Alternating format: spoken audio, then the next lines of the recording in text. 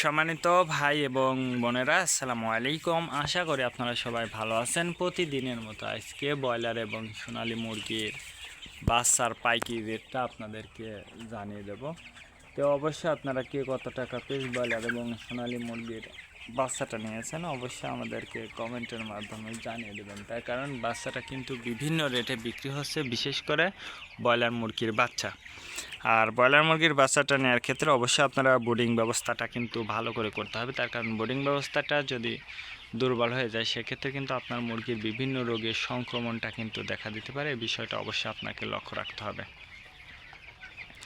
আজকে Nourish company broiler বাচ্চা বিক্রি হচ্ছে 50 থেকে 52 টাকা। কাজী কোম্পানি ব্রয়লার বাচ্চা বিক্রি হচ্ছে 50 থেকে 53 টাকা।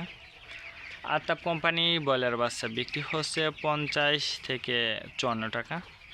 নাহার কোম্পানি ব্রয়লার বাচ্চা বিক্রি হচ্ছে 50 থেকে 55 টাকা। নেহুব কোম্পানি ব্রয়লার বাচ্চা বিক্রি হচ্ছে 50 থেকে 54 টাকা। A1 ব্রয়লার বাচ্চা বিক্রি হচ্ছে 50 থেকে 53 টাকা।